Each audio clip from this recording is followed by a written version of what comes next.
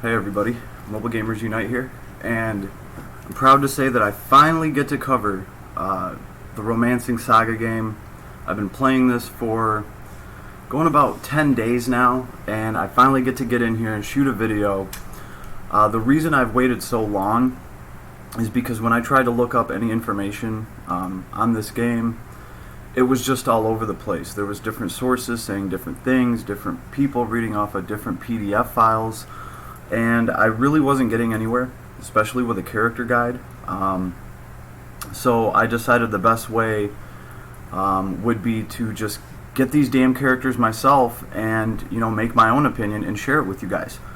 The thing is, in this game, these characters do not really reflect their true power until you've actually ran them, built their stats up, and invested into them. So, we'll go ahead. This is going to be my character guide. I can tell you guys right now, as far as any type of reroll situation, this is one of those games that you really don't have to reroll. Like, this game gives you a solid party to run, no matter which character you may draw in the beginning, because there are free characters that you can grind out, and they're not weak characters. Okay, like one of my favorite characters is a character that you can grind out. He's right here, this little Charmander looking guy, A-W-E. This little fire lizard right here just does a ton of damage. He has a great AoE, he has super tanky stats, and he's free. You can grind him out. It might take you an hour, might take you a day. But the point is, you can get this character for free. You can get a very powerful mage rogue for free as well. Actually, let's go ahead and get right into the characters. First things first, though, we do need to talk about stats, because they kind of, so instead of just pointing my finger to different characters and saying this guy's good and this guy's good, we're gonna actually talk about what makes a good character. Obviously, all these characters have stats, and let's see, what's the best way to put this simply? Some characters use multiple stats for their damage formula, while other characters are only using one stat. So it becomes a lot to keep track of. I even have a little cheat sheet here. So we'll just go through the stats and what they do real quick. Your strength affects your ability with swords, great swords, axes, clubs, spears, and martial arts weapons. Endurance is your defense against skills. Pretty simple. Dexterity, it affects your attack accuracy and your guns, bows, and short swords. So people using short swords, they're not going to use a strength stat to augment their damage. They're going to use dexterity. Agility, that's your evasion, and very important, that also affects turn order. So a character with a very high agility is probably going to, go first. It also affects martial art damage. So if you have a martial artist, like Asami, where is that girl? Everybody loves Asami. Here's her in her S-class. Asami's damage actually scales off of strength and agility because she's a martial artist. So just pumping up her strength isn't good enough. You're going to want strength and agility if you can. Alright, then we get into intelligence. Intelligence dictates your success rate of status. So when you're trying to put status ailment on somebody, which in this game, status is really useful. Intelligence also affects your spell attack and your accuracy. The other thing too, when we talk about status ailments, putting somebody into, like, what is it? You can blind them, paralyze. It's not just intelligence. Charisma also affects the success rate of status and your recovery amount from healing. So that's important to remember. We're going to look at Rogue. Obviously, Rogue is, the mage that you can grind out for free. He has a lot of paralyze. He has a lot of status ailment in his kit. So it's important to remember that you don't just want to work on that character's intelligence, you also want to work on charisma as well.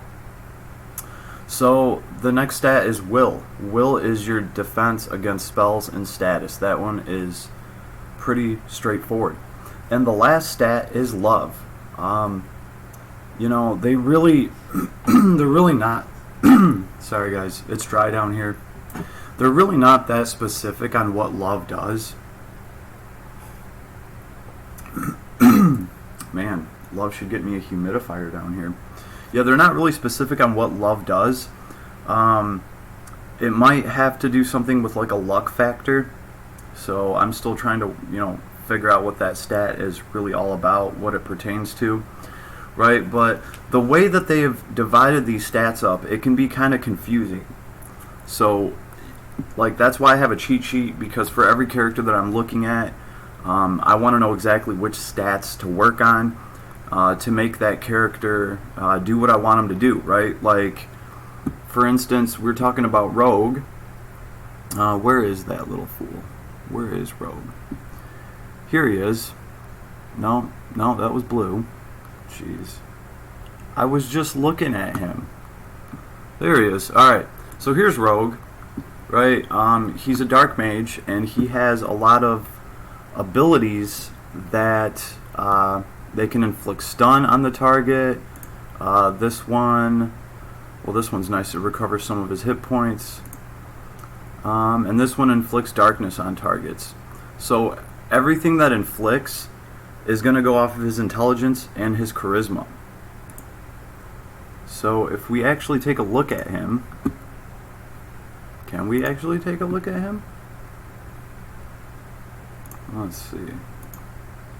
Obviously, this is the first time I've actually tried to go through these in a recording. Okay, we're going to have to look at them through a different menu. Obviously, we're going to have to go into the dojo so we can actually look at character stats. Sorry about that, guys. First attempt, first try, no warm-up. Alright. I think we can just go to the Styles tab here. So here's all the characters again.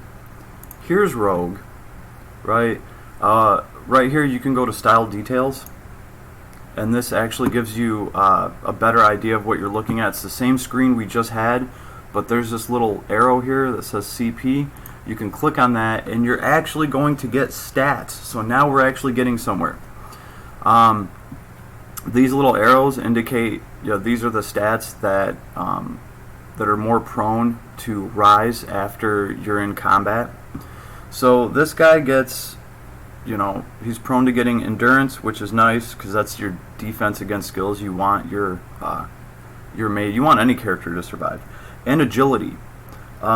This is important for Rogue because you want him to go first, right? When you get into like a really sketchy fight, you might want Rogue to try to paralyze everybody or do one of his statuses. So agility is really important. That way he can act first before the enemies and hopefully get some status ailment on the enemy, and that way they don't completely wreck your party. So through here you can toggle back and forth just to see your character stats and then your style stats. Obviously different styles apply different percentages to your base stats.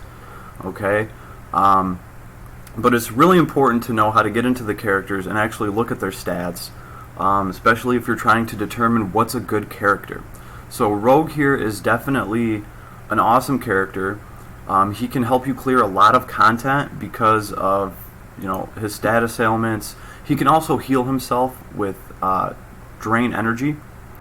And Vermilion Sands, this is an AoE, right? It costs 15 BP to cast.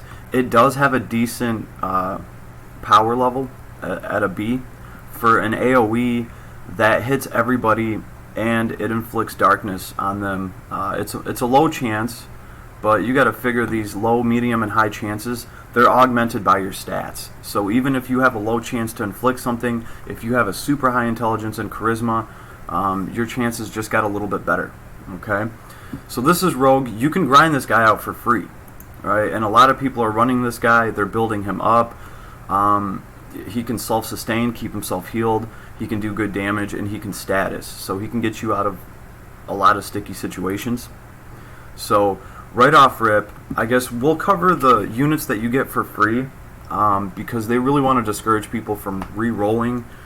I guess really, if I had to do it all over again, I would roll one good character that I'm just happy to play with. Like, I wanted to get, what's his name? The little Power Ranger looking dude. He just looks cool. I hear he has an attack that hits like 6 times. It's really good for single target. So I would just maybe roll one character that I really like, and then you can piece together a party with the free characters that you can grind out. Okay? You're going to get Sophia. This is like the first SS character that everybody gets. When I say SS, I mean like the rank. She is God tier because healing is so scarce in this game. So this girl is just off the chain. Definitely do not exclude her from your party. You kind of have to bring her because there's not many other healing options. But on top of that, she's actually very powerful. She has good attacks. She does a good amount of damage. She comes with a weapon that's already imbued with light, so that helps her do more light damage. Very good character overall. Do not ever doubt Sophia. She is God tier right now. And then, let's see. We talked about Rogue. You get Sophia. Awe. Awe is the next character that I was really impressed with this guy. I pulled this character and I started working on him, and then I found out that you can grind him out later. I did, and that's how I got his style level up. He was totally worth it. So Awe is a very powerful attacker. He also has insanely good defensive stats. Like, when I got this guy, I put him into my party, and he had about like the same hit points that my tank had. He has a high defense. He can take a hit. Most importantly, though, this Crescent Slash ability, this is a very applicable AoE. He hits everybody standing in a vertical line on the screen, which is a lot of times how the enemy is lined up. So if you compare this to like Katarina's AoE, her AoE hits everybody in a vertical line on the screen. So Crescent Slash is going to be a lot more applicable because that's just the way that the enemies stand a lot of times. You're going to be able to use this thing, and you are going to be able to just wreck multiple enemies at the same time. The power on it's pretty good, considering what this guy's strength is. He does have a high strength. So that's one of my favorite things about Awe. This guy is definitely a content clearer, and you can grind him out for free, right? So he also has Skydrive, which is a very powerful single target attack. The power is SS. Second highest power in the game right now that I know of. There's only one move that's actually triple S damage, and we're going to talk about that character. But this guy is straightforward and simple. He's just going to do good damage. He's going to do a good amount of it, and he's going to be pretty tanky also. That becomes very important because remember how important healing is, right? This guy can take a hit and he can be put on the back burner as far as your healing rotation goes. He can wait for a heal, which becomes incredibly important. That way your healer can heal up some more of the squishy units you have in your unit. So that really helps. And again, this is a character you can grind out for free. I highly suggest you do that. So we got Awe. We covered him real quick. And he looks like a little Charmander. He just looks awesome. Okay. We have Monica. You start... Well, this is the wrong Monica. This is the Christmas version of her. Really not that much hype there. But the other version of Monica that you start with, this girl gets downplayed a lot. I don't know why. I don't know if it's just because she's just the starting tank. I think maybe she's a little misunderstood. I've heard people say that like she doesn't have great stats. They're not impressed with her strength. The only issue is she doesn't use strength. This girl uses short swords, like you can see in the picture right here. So she is actually going to use, let's see, short swords are dexterity, right? And as you can see, her dexterity is 60 as opposed to her 49 strength. So she does have a decent dex for what she's doing. She has a pretty good end, so she can take out some good damage. What's really important about this character, though, is her abilities. Master of Insults, this is her taunt, so it's nice to have taunt built in. She has Hardy Defense 3, so this is giving her a damage reduction, which is nice. So all the damage that she's taking with her, pretty high defensive stat, she's going to reduce all that damage, so she's going to take less than everybody else. And it gets even better when you get Deft Maneuver at level 30. When being attacked, evades enemies' attacks. Low chance. It might be a low chance. But when this thing procs, it's awesome. I have seen this girl deflect moves that would just one-shot kill her. And she just shrugs them off like it's no big deal. That can get you through a map. Alright? Might have to have a little bit of RNG on your side. The other thing is, this works for AoEs. Like, I've seen her dodge all sorts of things, so incredibly useful. The other main tank in this game that I don't have, one of the characters I don't have, is Albert. And he also has some kind of evade thing going on. So between him and Monica, they're like the two best tanks in the game that I can think of off the top of my head right now. And you get Monica for free, so there's like really no reason not to use her unless you have a different tank and you want to take that route. But I can tell you guys, this character is solid. I still run her. I still plan on running her depending on what content I'm up against. She also comes with Shock Rush, which this can inflict paralysis on the target. So that's very nice to be able to get some status out of your tank. Of course, she has Mega Thrust, which is an SS power ability. Very nice when you need her to lay down some damage. And Feint. Feint only costs 3 BP, so you're always going to have access to it. And it has a chance to inflict stun. It's a medium chance. So that's actually very nice. Between Feint and Shock Rush, stun and paralysis, that's pretty awesome coming out of your tank, right? And this girl is going to be mitigating damage and just deflecting some of it outright. So this makes her definitely an awesome character. I still run her, like I said, and she's free. Like, there's half your party already, right? Because you're going to have to bring Sophia, the healer. Here's your tank. You can get off for physical damage. And Rogue for any spells that you need to cast. Alright. They also they let you grind out, where is he? Oh, let's talk about Terry. Terry is a martial artist that you get for free. He does look pretty fierce here. He's pretty cool all around. Corkscrew and Dual Gunner.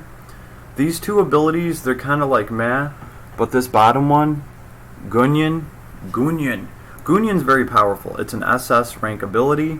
It's just straight, blunt damage, and it's SS power. Like, there's really nothing. I mean, it'd be nice if it had some status or something, but maybe it'd be a little too OP.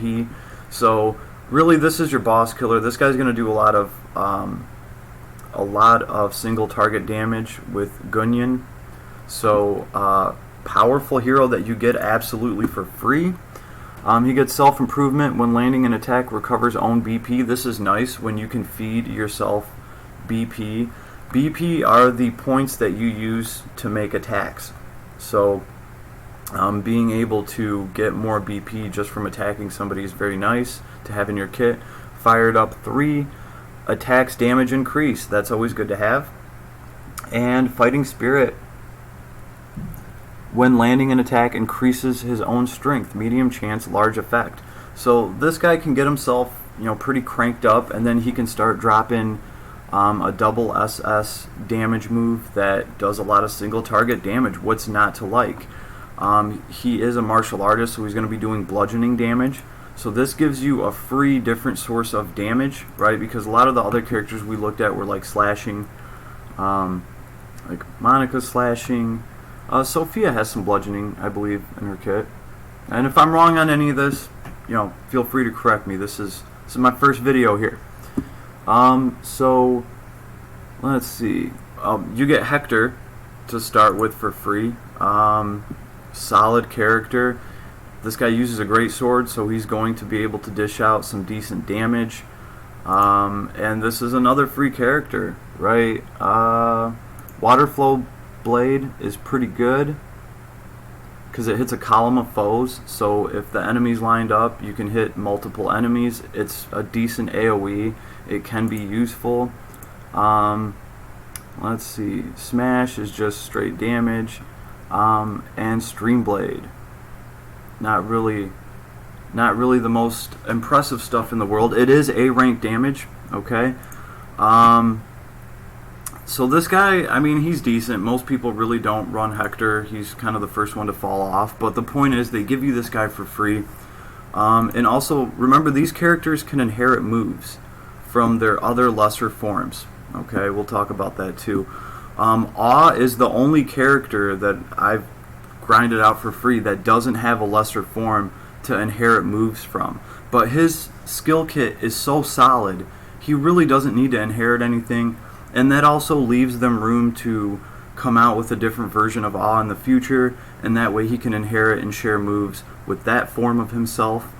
Alright, so I think I've covered, you know, quite a few of the free heroes that you get just from starting out, and just heroes that you can grind out to make any sort of party around any character that you're actually going to pull. Let's see. Oh, also here's Sif. Sif is off of the corridor, what is it, Spiral Corridor banner. You grind tickets out through this level, and if you're lucky, you can pull Sif. She is an axe user. She does a lot of damage. What's special about Sif, other than her badass looking background that they made for her, is she has a move called Four Seasons. Not only is it, you know, a slashing attack, but it also has fire element to it. The reason I'm not running Sif right now is because I need to find her an axe that has fire imbued on it. That way Four Seasons can just do a ton of damage. Or else I could give you guys a better review on her. But she is powerful. Definitely, just, you know, from running her a little bit, I can already tell she's powerful. But like I said, it's hard to actually grasp how powerful a character is unless you get a bunch of stats on them, right? Because that's what it's going to take in this game. That's why it's taken me 10 days just to get familiar enough with these characters to actually make a review video about them. Because if you actually look, all of my SS characters, they're about rank 30. At least the ones that I'm talking about. They're going to be rank 30, and I've leveled up some of their other forms too, so I can inherit some of those skills. And really get a good idea of the character. And that's not even enough, because then you have to run expeditions so your stats can increase.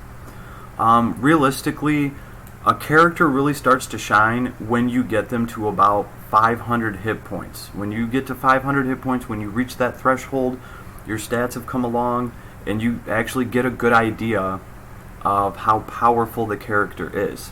Alright, so we're going to talk about a few of my favorite characters that are very powerful, that, you know, if I could start the game and pick just 2 or 3 characters,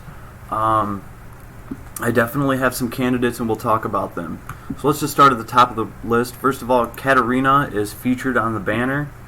Katarina is a large sword user, and she has other forms of herself, so she can inherit different abilities from herself. But Waning Moon is kind of her claim to fame. It is an SS ability, and not only is it doing good damage, but there's a chance to reduce the target's agility. And remember, agility affects your attack order. So if she can break your agility, you might attack last next turn, and everybody else can get their attacks in on you and maybe finish you off before you can even hurt anybody. So this is cool. It's always nice to have some sort of stat break, especially on a move that you're going to be using on a boss anyway. She also has Gravedigger. It's a nice AoE, But as I was saying, I feel like Oz is more applicable. Her AoE hits everybody in a straight row, so if everyone is perfectly lined up in front of her, you can hit them all with Gravedigger. Most of the time she's only going to hit 1 or 2 people with this, depending on their formation. It's still a nice AoE to have, right? And then she gets smashed to just run around and spam. This thing's already rank 99. She gets self-improvement when landing an attack, recovers own BP. Very nice for an attacker, especially one that's trying to save up her BP so she can throw Waning Moon. Fired up 3, attack damage increase, very nice. And Hearty Wallop, damage increase, large effect. But that's when she has full hit points. So when this girl's fully healed and she throws Waning Moon, she's going to do a lot of damage. She is a great sword attacker. The reason this girl is good to develop is because they come out with a lot of different styles for Katarina, and this is just what the JP players have told me, so it just makes sense to power her up if you get her, because with her future forms that come out, it's very easy to share moves, to inherit moves, and it actually makes her a very pliable character, a very pliable damage dealer. So, and she just looks cool, right? She almost kind of has that Nier Automata look going for her. Digging her sprite too. She's definitely cool. Was very happy when I got her out of the box. Then we have Emerald. Emerald and Awe came out after the launch in JP, and they are here for our launch in Global. So this is nice. This is kind of what separates our meta from the JP side. Is, you know, we get to start with Emerald and Awe already in the game. So Emerald, you know, I'm almost through a lot of the content. I don't think you can grind this girl out for free, but if you do pull this girl, I highly suggest you invest into her. We'll take a second to talk about her. She is kind of a complicated character. First of all, she's a very powerful caster, and she has great stats. Her intelligence here is a 63, and she also has, you know, a decent charisma. Her charisma is almost, you know, a 47. It's almost 50. Mine's somewhat developed. That's important because she can inherit Flame Whip, which has a chance to paralyze. Ultimately, this girl does not come with like a complete kit. What's missing in it is single target damage. Okay, she has Blazing Rush, which, you know, she increases somebody's agility in your party. It's a buff, right? But what makes her cool is she has a nice AoE. This thing, it does C damage as opposed to Rogue's. I think his does B damage, but you gotta figure this girl has a lot more intelligence than Rogue. So, at least mine does. So I've noticed that, you know, the damage is actually pretty similar. But her Firestorm costs less BP to cast. It's more easily spammable.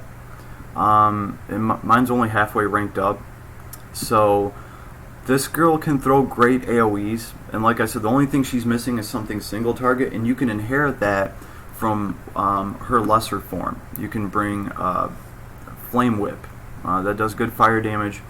It also has a chance to paralyze the enemy. She can also bring Fireball, really spammable skill. Fireball doesn't do that much damage, but here's the interesting thing. This girl gets self-immolation.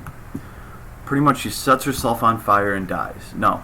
The user enters a self-immolation stance for 4 turns. So for 4 turns, she's surrounded in flames. If anybody directly attacks her, she retaliates with tons and tons of fire damage.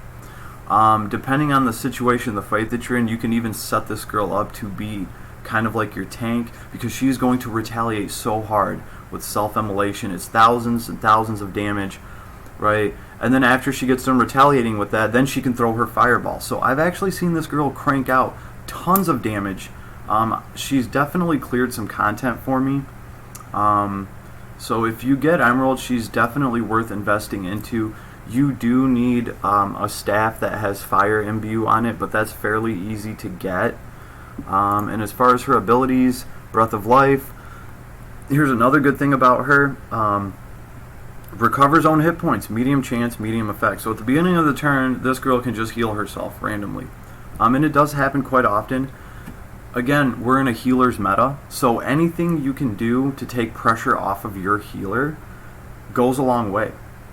And this girl definitely, she's definitely taken a step in the right direction with that, because ultimately what you're doing is making sure that you can get to more of your squishy characters and heal them. So, self-improvement, fighting spirit 5, she's got a ton of good stuff. Hold on, I got a barking dog. Let's just pause this bad boy real quick. Sorry about that, guys. I'm sure the last thing you want to hear is a barking chihuahua. So, yeah, she gets self-improvement. She can recover her own BP. This helps, especially when you're trying to spam her Firestorm AoE.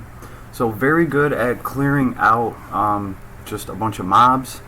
And she can stand in front of a boss, and she can do a lot of damage with self-immolation, plus whatever fireball or flame whip ability that you give her. So this is the mage that I recommend. Obviously, work on rogue as well for the status. But this girl can do some status too with flame whip. She can do that paralyze, and she does have high stats. So she's got a good chance of actually paralyzing and stunning people with the status ailments that she does get, like from her other forms. So definitely, if you get Emerald, count your lucky stars. She's a powerful character for sure, and her ability to heal herself up along the way takes stress off of your healer. So she's definitely a good choice for anybody that's starting out. Here we have Aisha. She's just one of my favorite little waifus. She has lesser forms to inherit different moves from, so she also does like some earth element. And I mean, come on, she's a little elf chick with a giant axe that's wearing an apron. You can't go wrong. Realistically though, as adorable as she is, let's see, this is what's nice about her, is she gets slashing and she gets a bludgeoning move. The problem is Petra Delta, it's got a low power, it costs a lot, it hits everybody, but the whole point of this is to inflict petrification, and it's got a very low chance of proccing. I've even ran a party with 2 characters that can throw Petra Delta, and I've managed to petrify a couple things, but to me it hasn't really been worthwhile. Of course, she does come with Skydrive, very powerful single target SS ability, and she has other forms that she can inherit moves from. What I want to do is get her an axe that actually has earth element on it, and then I will revisit this character. But she's adorable for sure, to say the least. The one thing people get caught up on with her, first of all, she has Fighting Spirit 2. When landing an attack, increases own strength, large effect, medium chance, very nice. Life Siphon. People complain that she has the weakest healing ability. When landing an attack that defeats the target, recovers own hit points, small effect. Here's the thing, this is what people's complaints are, is she has to get a kill with this, so you have to be finishing off a mob. So it's not really that applicable. The thing that a lot of people are missing though, is that when you throw a combo, if her attack is in that combo and that combo finishes off an enemy, she's going to heal off of that every single time. So that actually increases her healing quite a bit, because now she doesn't necessarily have to kill off an enemy. Her attack just has to be part of the combo that finished off an enemy. So this does increase how often she's going to Life Siphon. So it's very nice once you actually start using this girl, and you can kind of see how she can keep herself healed between waves. It does become pretty useful. And she has Hardy Wallop 3. At full hit points, her damage increases by a large effect. So good physical slasher damage character, and she's adorable as hell. So let's see, Aisha. So next is Jenny. Let me clear my throat for this one, because Jenny is an effing monster. This cute little Santa Claus looking girl is just an absolute beast. She's running around with a a Warhammer. Earth element helps her as well. Oh, I can actually enhance her. Holy cow. Well, it's a good thing we came in here. So look at her strength. Jenny here on my account has one of the highest strengths on my account. She just wrecks. She does so much damage. It's not even funny. Every move that this girl has just does tons of damage. Let's see. Her strength is 94. And with the right gear, I've had her strength up to 100 with a plus strength hammer. I think she is the first character on my account to get to 100 strength. She just does damage for days. Returning thrust, single target. Its power is only a C. It does so much. Like, it just does so much. I'm constantly using returning thrust. That's why it's rank 99 already. She gets seismic strike. This is an AoE. Again, the power is a C, but you got to figure her attack stat is so high. This hits everybody with blunt damage, and it has a chance to inflict stun on the target. It's a low chance. Really, you don't care about the stun. You're going to do a ton of damage. This is really going to clear maps for you. And Aqua Luna. This is an SS damage, single target ability for slaying bosses. And not only that, but when this thing hits, there's a chance to reduce the target's will. Remember, your will is your defense against spells and status. So she hits them with this, and then they take more damage from spells, from like Emerald, Fireball, and they have a higher chance of being paralyzed and all of that good stuff. As far as abilities go, she gets Fighting Spirit 2. When landing an attack, increases own strength, which is nice. Probably explains why she's hitting so hard. She gets Hardy Defense 3. At full health, damage will be reduced, so she's good at taking that initial hit. Like, I'm not good at getting a humidifier down here. And Attack Up 5. Attack damage increases large effect. She's coming out swinging, and she's just dropping bombs all over the place. She also gets this Christmas Miracle thing, so it's easier to kind of like get drops from the Christmas event and stuff like that. But all in all, this girl has stayed in my party. I'm actually grinding shards out for her. That is how powerful she is. Jenny is just one of the hardest hitters right now out of all the characters that I've played. So you cannot go wrong with Jenny if you pull Jenny. Actually, we'll talk about her banner because Christmas Albert's on her banner as well. Very powerful character. So we have Charles here. Charles, here's the thing with Charles. You need to get him a spear that has fire imbue on it, and I don't have one of those yet. So I was gonna like revisit this character. Look, I can even level him up a little bit. His strength's alright. He can do some good damage. Let's see, because he has like some magic and stuff too. I did play with Charles in the beginning. All in all, he's not. Where did he go? I know he moved because I just leveled him up. There you go. Yeah, there you go. He climbed the charts a little bit. So he gets sweep, D-level power. This has a chance to inflict stun on the target. It's weak against floating foes. Flame whip. This is what I was talking about that Emerald can get too. It attacks a single foe with heat. When the attack hits, inflict paralysis on the target, medium chance for 4 turns. So I think Emerald does have a higher intelligence than Charles, so she's going to have a higher chance of getting paralysis. I'm sure she has a higher charisma too. But all in all, this guy does pretty decent damage. He is a spear user too. So like these abilities, triumvirate, second language guys, sorry. This is piercing damage, and it's an SS ability.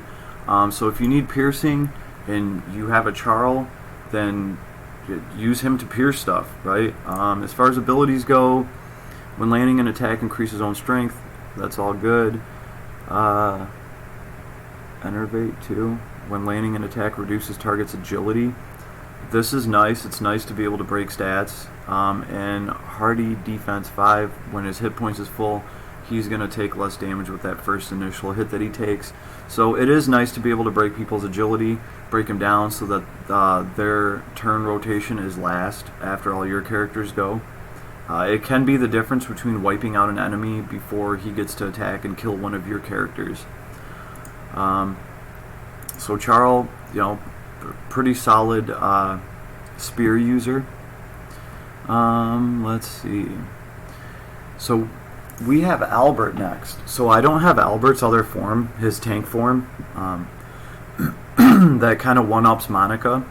I wish I did. But in all actuality, I would probably run this form anyway instead of running him as a tank. Albert is very special. He wields a great sword and Holy Imbue. That's what you want for him. I don't even have that yet. So I'm still working on getting him a better weapon.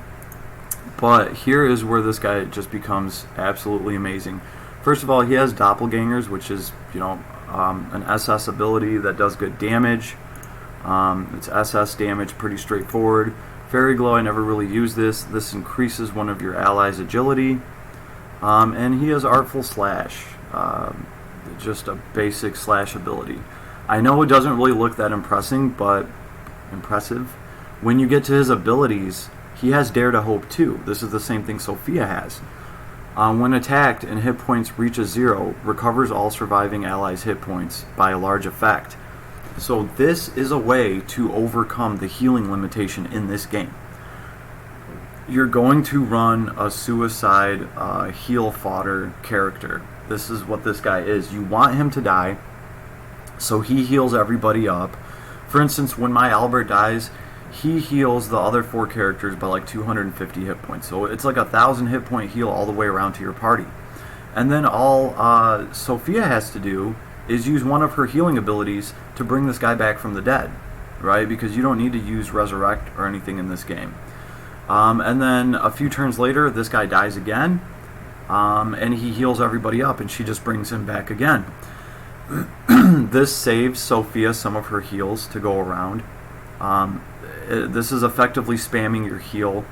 So just from him having Dare to Hope 2 is just amazing, because what I do is I take Monica out, I put this guy in the tank slot so that I can bank off of his healing and just bring him back to life. He has Fired Up 3, so attack damage is increased, and Silence Incarnate. This is going to give him stealth. So here's the thing, I know this is kind of weird. So Fired Up 3 is nice because this guy's going to outdamage Monica. So you're effectively getting more damage out of your tank slot. And also you're getting more healing out of your tank slot if you have this character. So he does have, at level 30, he does have a stealth stance, so that takes aggro off of him. So what I do to overcome this is I set up my characters in a formation that puts aggro on the tank slot, and I put this guy into the tank slot. That way the aggro eats away from some of his stealth, and that way he will still get targeted by enemies, because you want this guy to die. You want him to die, and you want him to heal everybody. Maybe I'll do a video kind of showing exactly how I run this character, but this is definitely a starting character I would recommend. Him and Jenny are on the same banner together. I can tell you right now, this guy has cleared content for me. Right when I pulled this character, even when he was only like level 20, I was stuck at a map where there was a ton of AoEs. These guys would just drop 3 AoEs and your whole party would get wrecked. So once I put Albert in, the first AoE would hit, the second one would hit, so everybody would be down a couple hundred hit points, and then the second one would kill Albert. He would heal everybody. So then effectively they would just take the third AoE and they'd be fine, and I would survive that round and then slowly kill the enemies and heal my characters back up. And I actually managed to clear quite a few levels just by putting Albert in my team, because that's how powerful augmenting your healing is. And Albert can most definitely help Sophia keep your whole party healed. And to me, he's more of a fun tank to run anyway. Don't get me wrong. I have not put Monica away by any means. There's going to be some fights where you would rather just have a Monica tank, because Monica can just get wrecked, son. Monica likes getting wrecked. There's just going to be some fights where you're going to prefer to have someone like Monica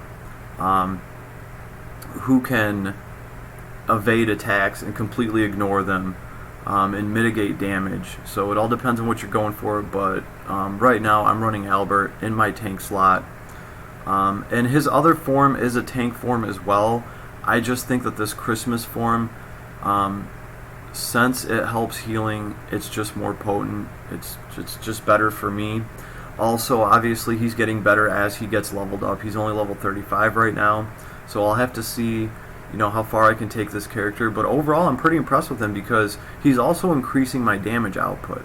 Doppelganger is going to do a lot more than anything that Monica is throwing out, at least so far, right? And my Monica does have more stats than Albert because I've been playing with her longer. So moving on to the next character that I would recommend, most definitely, if you pull this character, I think she's very powerful. Aline, right? So Aline just has an axe, pretty straightforward. Here's where it gets interesting though. Dynamic Chop. This girl's chopping firewood. This is the only ability that I've seen that is triple S ranked power. So effectively this is one of the, if not the hardest hitting ability in the game.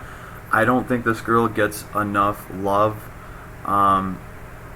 I've seen her on some tier lists and I've seen her at the very bottom on others. So far though, she can do a lot of critical damage. She can absolutely destroy plants just with Dynamic Chop, because this is a single foe slash attack, triple S damage, and it's critical to plants. So you're going to do critical damage to plants. So she's a great plant killer. Other than that, she gets time lapse, just a C power attack, and Tomahawk. Tomahawk can be nice. It's a low power, but you can use it to hit enemies further away from you that you couldn't normally reach. All right. She also can take Maim with her that she gets from a lesser form, and that's pretty good too. But really, she's here for the single target Dynamic Chop damage, and her abilities actually augment Dynamic Chop because first of all, she gets fired up 3, attacker's damage increase medium. That's nice, right? She gets Fatal Blow 3, critical attack damage increases large effect. So Dynamic Chop is a critical attack, like it's critical against plants. So that's just going to make her damage skyrocket. This is the first character I think that's hit like close to 10,000 damage for me, like chopping a plant, and I still don't even have her statted out all the way. So when it comes to single target damage, I mean, she's got a 3S damage ability. It is something to write home about, and especially if you're fighting some like giant nasty plants. There's those giant mushroom things that will poison the hell out of you and do a ton of damage to you before they can even start AoEing you and destroying you. She can use Dynamic Chop and just take one of them out instantly. It becomes incredibly useful. Aline is very powerful, to say the least. I'm working on her right now. I cannot wait to actually get her stats and everything built up. But she is definitely a top pick as far as I'm concerned. We also have an event right now. We have an event that is letting you get double the stats for this girl. So I'm trying to grind the hell out of this game right now. Matter of fact, I actually wanted to wait a little bit to make this video to finish grinding her out a little bit. But yeah, we're here now, so we might as well talk about this stuff. Next we have Blue. So I've heard some things back and forth about Blue. Some people swear by him. They say he's great. The thing is, I talked to some JP players on the other side, and they say that Blue is the first mage to fall off, which is kind of confusing because I've seen other vids that are talking about how you should invest into this guy because he's quote-unquote future-proof. Well, if he's the first mage to fall off on the other side, then he's probably not that future-proof. So as a result of that, I haven't put much power into him. I have Emerald. This guy is doing Holy, so you're going to want to get him a staff with Holy. But Blue, you're my boy, Blue. Let's see. He has Sunlight, which is it's fire damage. Sun plus heat attack, and he's going to do critical to undead, so that's nice. Monica also has an ability that lets her crit or do some more damage to undead. That stuff can help, right? He has Wildfire, which is an all foes attack, so it's an AoE, all range attack, and critical undead. So this guy's good against undead. And we have Mega Wind Blast, attack, indirect, all foes, sun, all range attack. So this is another AoE.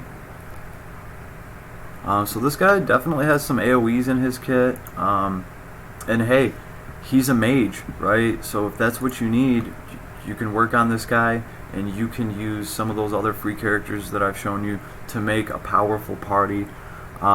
Fighting Spirit 2, when landing an attack, increase own intelligence. That's nice. Hardy Wallop, at full hit points, damage increases. It's large effect. It's nice, but just remember, when you take a hit, Hardy Wallop goes away, because you're only getting more damage when your hit points are full. Baffler, start of the round, inflicts confusion on a random enemy, low chance. So some status. I would rather use Rogue than Blue, just IMO. But then they do have different. Alignments, I guess. Well, if you want to call it that, they have different elements, right? This guy is doing heat, and what is this? Okay, so he's just got some heat, and he's doing light. And like I said, I haven't invested that much into him. I've been fairly happy with Emerald. She's been taking care of all my mage needs. So, yeah, moving on. Asami. Heard a lot about this girl. She does look badass. Her sprite is amazing. She's a martial artist. So remember, martial artists need strength and agility for their damage formula. Yep. Strength is martial arts, and agility, martial arts. So that's kind of important to remember when you're dealing with a martial artist, that they're using 2 stats for their damage formula, not just attack and agility. So this girl does have other forms to inherit moves from, which is nice. She comes with Corkscrew, which is just meh. Punishing Palm is actually a pretty good AoE. I like this thing. It's nice. It hits everybody with a blunt attack, all range. And then she comes with the same thing that Terry has. Gunyan Punch. This is an SS ability. Single target, 13 BP. It's good damage though. It's SS, right? The thing is, she can inherit a very powerful move from one of her lower forms. I forget exactly what it's called off the top of my head, but it's like an SS ability, and it also breaks one of your stats, so very powerful to bring to a boss fight. We'll have to look that up here in a minute. As far as abilities, she gets Fighting Spirit 2. When landing an attack, increases own agility, which is nice because it's going to help you go first in combat order. Agility also increases her damage because martial arts weapons use agility and strength. Hardy Wallop 3, when she has full hit points, damage increases large effect. This really works well for her because this girl's going to have a lot of agility, so she's probably going to get to go first and attack you before you attack her, which means she's going to get to attack you with Hardy Wallop before you can do any damage to her and take that away from her. And of course, Fired Up 5. Attacks, damage, increase, large effect. That's always with you. That's always awesome. Doesn't matter if you took a hit or not. You're always fired up and you're good to go. Definitely a powerful character, a fan favorite. A lot of people were excited when they, re-rolled and got this character. She looks badass. She's the creme de creme, right? She's going to be able to go first. I haven't seen too much. I think you can bring some abilities with her from her lesser forms that, you know, inflict some kind of status. I'm not sure. I've just been sticking to her damage abilities, and so far she's doing great. Again, this is one of the characters I recently got, so I'm still grinding out stats for her, and I'm still kind of learning how to play with her. But I can instantly tell you she's a top tier character just based off of just based off of what I've seen, really. So she is currently being run in a party right now with Aline. I'm trying to level both of them up. It's not just about gear. It's not just about what level they are. You have to stat them up, so you have to spend time playing with them. And then finally, speaking of playing with, we have Kat. I would love to play with Kat. She's just effing adorable. Another martial artist chick. But this one, unlike Asami, who is kind of more focused on damage, this girl is focused on status. And what's important about this girl is she's going to have a high agility, right? So she's going to be able to go first and hopefully spam some status on the enemy so that they can't retaliate as hard, or maybe they can't retaliate at all. So a character like Kat can help you clear a level where, you know, right at the very beginning, your enemy is throwing attacks that one-shot your party members. What Kat can do is she can kind of saboteur those enemies, so maybe they don't even get to attack. She can definitely turn the tide of combat. She has tumble. You know, it's D power. It doesn't cost that much. Single target hit. When the attack hits, inflicts stun on the target. Medium chance. So right there, she has some status with tumble. Very nice. Then she has submission. Attacks a single foe with blunt damage. When the attack hits, there's a chance to reduce the target's strength. Very nice. It's very nice to be able to, you know, reduce a giant ogre's strength before he can tear your head off with it. So chances are she's going to get to attack before the giant ogre does. She can break the ogre's strength. That way you can survive an attack from him. Submission's very nice. And we have Stomp. Stomp is SS damage, and it's just good damage, right? You're going to run around, use tumble and submission, break everyone's stats, paralyze some people, and then, you know, when you need her just to open up a can of whoop-ass, she can just start stomping fools and doing damage with that. She does have other forms to inherit abilities from, so that's another thing that's important about Kat. You are going to want some of these other forms. She has an S ranked class that's up on the Christmas banner with Ginny and Albert right now. Her abilities increase profits.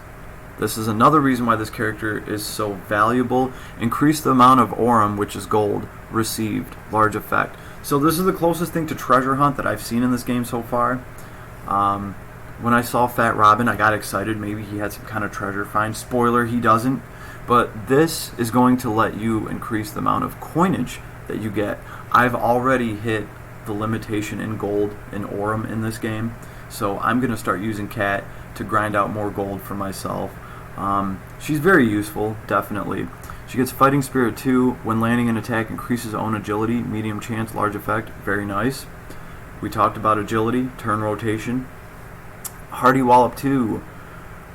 Damage increases large effect at full hit points. Great. Since this girl is probably going to get to attack first, she's actually probably going to get to take some advantage of Hardy Wallop.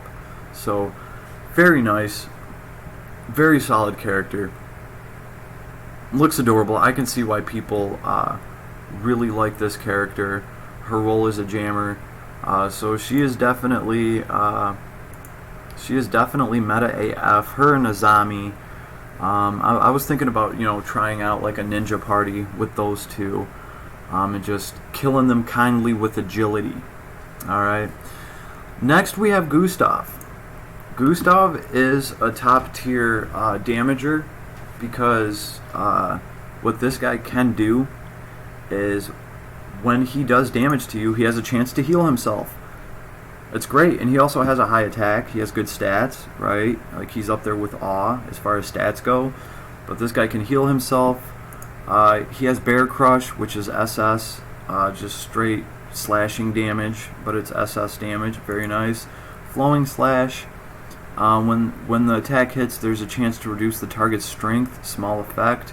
But it's still nice to have your tank do something useful. Well, I'm sorry, tank. I shouldn't say that. People try to use this character as a tank. You will have some success because he can heal himself, and he is somewhat tanky.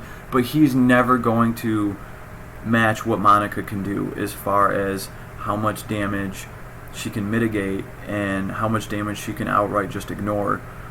He's never going to be able to do that. But again, this guy can keep himself healed. So it's nice to run him alongside Monica so that when you take damage, you don't necessarily have to heal this guy. You can wait a turn, give him a chance to heal himself up, and your heal can instead go to your actual tank.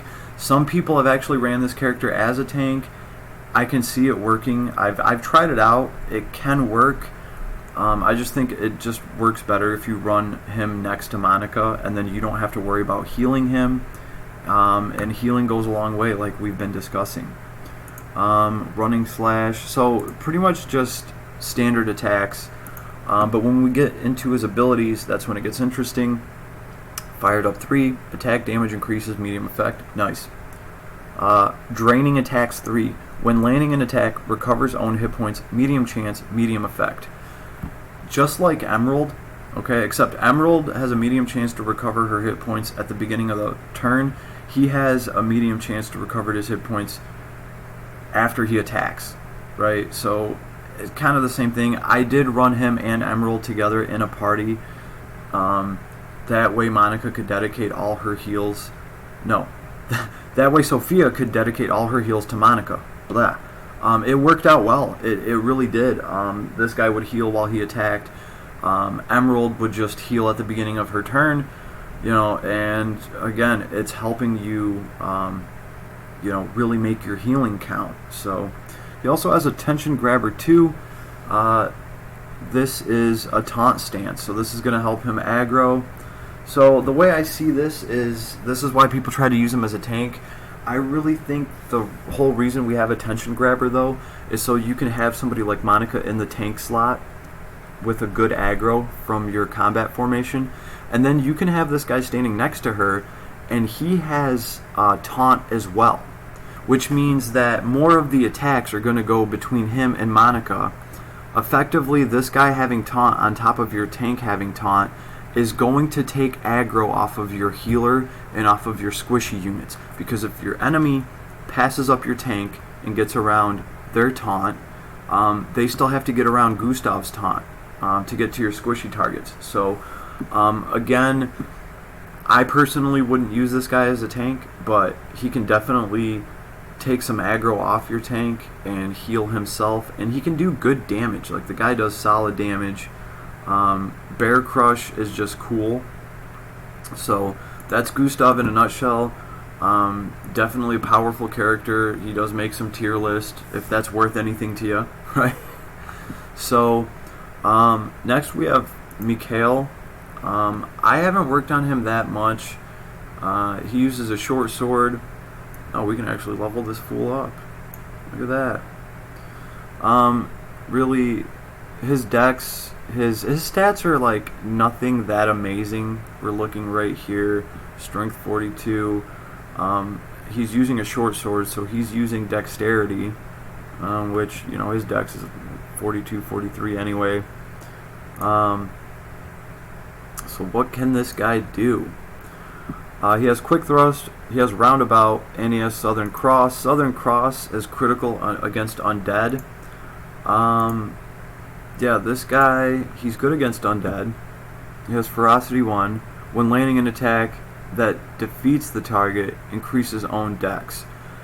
I don't think that follows you to your next wave, so like you have to kill a mob to get powered up to fight the next mob. So, self-improvement, when landing an attack, recovers own BP. This is always nice because that way you can, you know, charge up your BP and throw better attacks. And he gets fired up 5. Attack damage increases large effects. So at least he's got fired up 5. Let's see. All in all, you know, good against undead. Not the best stats in the world. I really don't see this guy get, you know, that much hype. I do believe he has another form. I really haven't played with Mchale that much, but I'm sure if he was a starting character that you pulled, you could make great do with him. Put him in a party with and Rogue, Sophia, and Monica, and you are good to go. You'll be clearing content out. Some noteworthy S characters. We got Frosty the Blowman over here. This guy is important because he has the ability to randomly get rid of status ailments, which is something that Sophia can't even do. So in the middle of a fight, when you get poisoned, but the only thing you can do is keep healing that character that's poisoned until the poison runs out or until you finish that wave. Frosty here, I don't know if it's this form of him or the other one. Frosty here, let's see. Okay, it's his other form. He has a chance to get rid of poison and status effects like that. So that can be important, especially if you want to run him with Monica, double up on a healer. Here he is in his other S form when he's actually decked out in Santa apparel. Not the highest stats in the world, but we're not really looking at this guy for stats. Shiver Mesh, I haven't even unlocked this. So he's going to do some cold and blunt damage. Gale Strike. He does have Water of Life, so this guy does have a heal in his kit, like Monica. No, not Monica. Monica likes to get wrecked. Sophia likes to heal Monica when she gets wrecked. That's how I remember. So yeah, just like Sophia, he has a heal move. It's nice. He also has Dare to Hope. When attacked and hit point reaches 0, recovers all surviving allies' hit points. So if you don't have Prince Albert in a can, you can use this guy to kind of try to spam the healing. You can use this guy as healing fodder because when he gets killed, he will heal everybody. The thing is, his stats aren't as high, so obviously Albert will heal everybody a lot more. Activate Antibodies 1. Start of the turn, cures all status ailments of a random surviving ally, low chance. This is what I was talking about. This guy can get rid of poison, paralyze, whatever. And Recovery Boost 2. When recovery actions are made, recovery amount increases. Medium effect. Very nice. So this is another healer. Healers are scarce, right? So, you might want to power this guy up. He was in the Christmas event part 1. You may have just snagged this character up and not paid too much attention to him.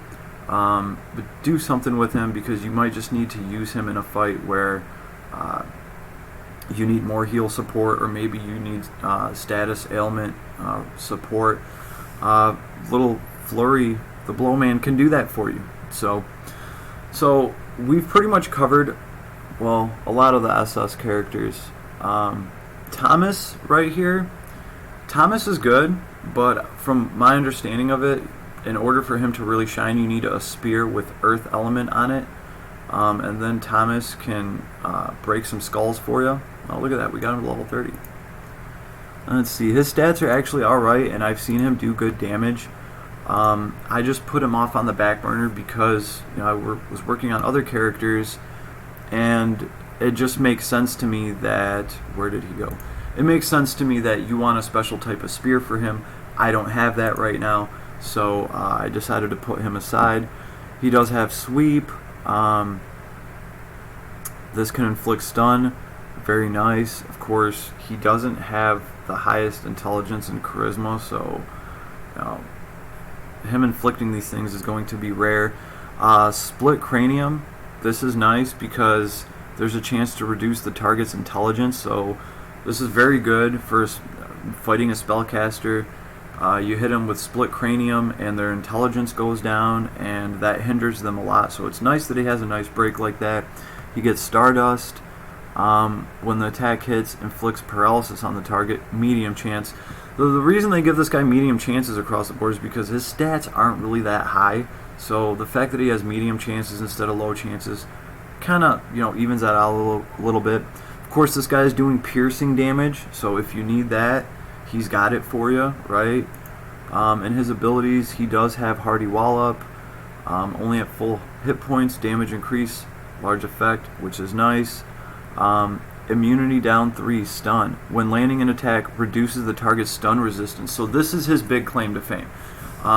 He doesn't have super high stats, but he can reduce your stun resistance, and then I believe then he can use sweep and he can stun you since your stun resistance is down, no matter what his stats are. So this kind of helps him get over his lower stat limitation, and still be able to stun people. And he has Fighting Spirit too. When landing an attack, increases own strength, medium chance, large effect. Very nice. So Thomas is very powerful, especially for what you want him to do. He has a great niche for stunning people. But like I said, you need a spear for him that has Earth Imbue on it. I don't have one of those yet, so I haven't really paid too much attention to him yet. Other than that, we have Girag. There are 2 forms of Girag. Wait, do I want to level this one up? Obviously, a character shares his experience between the 2 forms, so with this 4,000 experience, I can level up either one of his styles. Let's see. This Girag, Artful Slash, he has Doppel Slasher. So, okay, Doppelganger Slash is SS power. This is only S power. He has Mirage Blade, AoE, direct, all foes. Okay, so it's a slash. Yeah, it hits people in a straight line, I believe, in Artful Slash. I'm familiar with that. This guy is a tank, hardly defense 3. Wait a minute. Am I thinking of the other one? No, this is the attacker version. Okay, but he still gets a defense ability. He gets some damage reduction, and he gets Hardy Wallop 3. Damage increase, large effect at full hit points. Self-improvement, when landing an attack, recovers own BP. Nice. So that fuels his kit. And obviously this guy has abilities he can share with lesser forms. Girag, I was actually more impressed with his other form, this form of Girag. I don't know if he's older or younger in this, or if it's just his alter ego, but this character I worked on a little bit. Look at his end. It's 70, which is very nice. This guy's still kind of like a low level. Decent will, like in the mid 40s, 46. Strength is alright because he is using like this great sword, so he's going to require strength. So here's what makes this guy cool. Other than double cut, which is very nice, it's pretty much like 2 attacks in one, and it doesn't cost very much BP, so double cut is very useful. Whirlwind, it hits a row of people, so this is like a pretty good AoE. Vacuum Slash, single target, S power attack, right? I do believe Monica gets an SS attack. So here's the thing though, this guy, he gets Taunt Master, so he goes into taunt stance, and then he gets defensive counter too. When being directly attacked, reduced damage, and launches a counter attack, medium chance. So this guy's a retaliator, right? Like he automatically has this. Like we were talking about Emerald and how she has like a magic ability to retaliate. She has to cast that on herself. This guy already comes into the fight with a counter ability on him, so he's going to take hits and he's going to retaliate. So you're going to get some good damage out of your tank with retaliation. So this guy is a very good tank choice. He also has counter boost 3. Counter attack damage increases, extreme effect. So he's going to do really good counter damage. You're just going to need to keep him healed. But this guy, pretty much, he can take all the damage that, is being dished out to you, and he can turn some of that into retaliation, counter damage that your enemy is going to eat. So effectively, he's a really cool tank. I do plan on developing him some more. The thing is, I just really started working on Monica because at this point, I need to clear content. I need to clear content, so I decided to really just kind of focus on Monica because she is so good at what she does. She is going to reduce the damage that she takes more than this guy, and she's going to be able to dodge.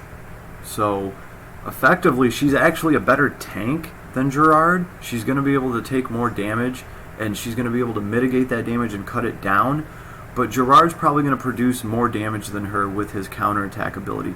But at the end of the day, I need my tank to tank. I need them to take damage and reduce it, and just kind of be that wall, that shield. But Girag definitely has a cool build here. There's definitely some fun stuff you can do with him. If you get him early on, I mean, it's your choice between him and Monica. If you want a counter tank or if you want an evade tank, I think I've covered them pretty well. And obviously Girag has abilities that he can share and inherit, so that's one good thing he's got going for him. Monica also has a second form of herself. It's her attacker form. It's her Christmas form off the Christmas banner. She gets Southern Cross, which is nice because it's SS power. So what I do is I run Tank Monica and I let her inherit Southern Cross. So that way my tank has an SS ability that also has critical against undead. So that's really cool. Other than that, this girl has Roundabout and Quick Thrust. Really, she's here to bank off of Southern Cross. She has Fatal Blow 3, critical attack damage increases, which is nice because she's going to get crit to like undead, I believe, with Southern Cross. Fighting Spirit 2, when landing an attack, increases own dexterity, medium chance. This is nice because she needs dexterity to do damage because remember, she's using a short sword. So she's not using strength, she's using dexterity. And Fired Up 5, attacks, damage, increase large effect. I'm sure I could get a ton of damage out of this girl. I just have not really messed around with her that much, but she is an attacker. The thing is, she is kind of limited to a short sword. Pros and cons, a little bit less damage than the greater swords. But she's using her agility to boost her damage. So she's going to have a higher agility. So she's probably going to attack before a lot of other attackers do. So she can actually deliver the damage sooner. And with like Southern Cross, if you're fighting undead, with this girl's high agility, she might be able to kill an undead mob before they even get a chance to strike. So very good undead killer. That's Monica's other form. Right? The other thing I want to say is, guys, even if you don't have a plethora of SS characters, the S characters are powerful. Run them. Here's S Cat. She has some good abilities. In fact, I could probably level her up a little bit. I'm not going to do that right now. Really, I got S Cat so that I could inherit her abilities into her SS form because the SS forms have higher stats. Same thing with Asami. This Asami has a nice AoE palm attack that I have my Asami inherit, and that gives her a nice AoE. I believe that's what I did with her. But really, guys, these S classes, they're powerful. It's going to be easier to level them up because you're using silver puzzle pieces. They will clear content for you. Here's the Albert that my other Albert is inheriting stuff from. He's an S class. He's still very powerful. He will clear content for you. So, say you don't have SS Katarina, but you have S Katarina, start running her, right? Because these classes share experience.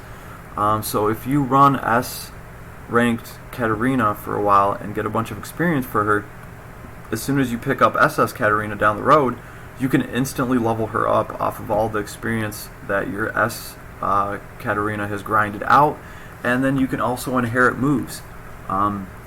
As long as their weapon type matches up. I do believe that's the specification. So do not ignore S characters. They are powerful, they're easier to level up, and they're easier to get to a higher threshold, and you might have to do that to clear some content. Let's see. The one character, SS character, that we forgot to go over is Batboy Robin. You get this guy for free, you grind him out. Here's the thing. I thought that since he's Robin, he was going to have some kind of treasure hunt. I was really hoping for that, and I spent a whole day grinding this character out to find out that he does not have treasure hunt. Like, So we'll take a sneak peek at him. So he does have a good, solid, cheap AoE that he can throw. Sword Ballet, right? It's C damage, it's 11 BP, it hits everybody with a piercing attack. He has quick thrust, single target, piercing attack. So he's got piercing for you, and he's got mega thrust. This is an SS power, good single target damage. As far as abilities go, Fighting Spirit 2, when landing an attack, increases own dexterity, which he needs, right? And he has Hardy Wallop 3, at full hit point damage increases large effect, and Fired Up 3, attack damage increase medium effect. So all in all, he's a pretty good attacker to have for free. Like, this is another character you can grind out. He just needs to grind his gut out a little bit. They will be releasing the actual real Robin pretty soon, but all these guys share abilities. So it's nice to get this guy for down the road when you want to run SS Robin, the real one.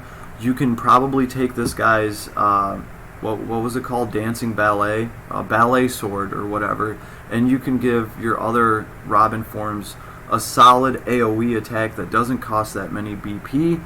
So like I said, this guy's good for clearing out mobs. I really thought he was going to have some sort of treasure hunt on him, but it looks like the closest thing we have to any sort of treasure hunt is Cat. You know, she can get those coins, and really that's what you need. I only have 31,000 gold right now, so I might have to go throw Cat into a party and start running around and wreaking havoc with her. So these are all of my characters. I hope this gives you guys a decent idea of what to expect in this game with these characters. You don't need to reroll. Like, there's a ton of characters here that are free, and they're not lame and weak characters, for sure. They are powerful characters. If I could make a recommendation as to what banner to pull on, if you are just you know, rolling an account maybe today, what I would do personally is this second Christmas banner, because you have Ginny here, which hands down super powerful attacker, right? And you have Albert here, who can help you spam healing. Maybe I'll do a different video actually showing that in progress, but this guy helps you heal more, which is great. Ginny does some of the most damage that I've seen so far in the game. And you also have an S version of Cat here. This is the version of Cat that has her AoE Palm ability, I do believe. So it's a good safe bet, right? Like, if you get SS Cat down the road, she'll benefit from you having this this version of her. These two characters greatly increase your account's power instantly. This is the banner that you're going to be getting tickets from when you grind out the Spiral Corridor. Hopefully you can pull Sif or even Sophia here and get, you know, some dupage of her, so you can level up her skill, her style level. I was honestly, when I pulled an SSR off of this, I thought I was going to get Sophia, and Sif came down. Sif is very powerful. She's a Viking chick. We kind of looked over her. I do need to get her an imbued elemental weapon to really see her shine, but I can already see some of the damage she's doing with that 4 Seasons heat attack. Plus, she just looks cool as hell. She's a little Viking chick. I'm digging the little iron little hair thing she's got going on. She just looks cool. Sif just looks badass. So I will definitely be making a video about her pretty soon after I actually grind her out, get some stats on her. But these are tickets you're gonna, you know, grind out, so you don't have to worry about this. So this is the other banner that we have up. Katarina is always good because, you know, there's going to be lots of different forms of her and lots of different stuff to share. She has a solid AoE in here. Aline is back here. And personally, I think Aline should be up front, because this girl back here, she has the triple S damage skill that just does a ton. She chops firewood on your head and does a ton of damage to plants. So really, Aline right here, she would be my top pick over Katarina right now. That is just right now in the game. Because of some of the nasty plants that I've ran into, Aline can pretty much really help you clear some content with some high-end mobs. So that's what I would do, guys. I would do a few pulls on this one right here. If you can get Albert or Ginny, you are set. Make a party around that and save your lapis, boys and girls. The honeymoon phase of this game is over real quick. Like when you first start playing, they're giving you tons of lapis, tons of resources. It's all over. You're just getting, resources all over the place. Once you grind out these, the global release event and all this stuff, that goes away. This turns into a real gacha, okay? You are going to want to save all of your lapis for the limited banners that are coming out. Take it from me. Take it from the guy that went out and got all of the characters. If I had to do this as an educational, for my education, so that I was aware of everything going on in this game and how these characters function and how everything works out. If I had to do it all over again, I would do exactly what I'm telling you guys. Just roll a character, go with it, have fun, save all of your resources for an actual limited banner. They're going to be dropping some limited stuff. And don't stress so much about characters right now. This is just the intro meta, right? So this game, there will be some power creep. We're going to have to see how that goes. But all in all, this is a wonderful game so far, or your boy would not have invested the past week of his life grinding all these characters out to level 30, getting stats on them, just to do this review vid. I just feel like the community, this game is going to have a great community, but I feel like they need some guidance because the information that I was looking at was just all over the damn place. So hopefully this video helped clarify some things for some people. Maybe it gave you a better understanding. Maybe it just totally messed everything up for you. If it did, leave me a comment. Let me know how terrible I am as a YouTuber and how bad of a job I did. On the contrary, if you enjoyed the vid, hit like, hit subscribe, show some love, support this channel, alright? So, Mobile Gamers Unite, I will be covering this game. We will be making some content in this game, for sure. This game is just too good to pass up. It just has all the right qualities. And at the end of the day, this game was a very pleasant surprise. I stumbled onto this game when I was going to review Sin Alice, and obviously I've never made a review of that game because if you ain't got nothing nice to say, then just don't say anything at all. But funny enough, while I was waiting for that game to update, I saw an ad for this game, and I figured I would just try this game out while I was waiting for that one to finish, patching. And honestly, I love this game way, way more. So, I mean, it was a pleasant surprise. One of the games that I was supposed to play fell through, and I got this game instead, and I'm very happy about it. So, I'm going to be making content over here. We're going to be covering this. So, like I said, if you enjoy the content, hit like, hit subscribe, show the channel some love. I do this all for the love of the game, right? I'm not sponsored. So, everybody have an awesome day. Best of luck to you out there on the grind, and I will see you all on the flip side. Peace, everybody.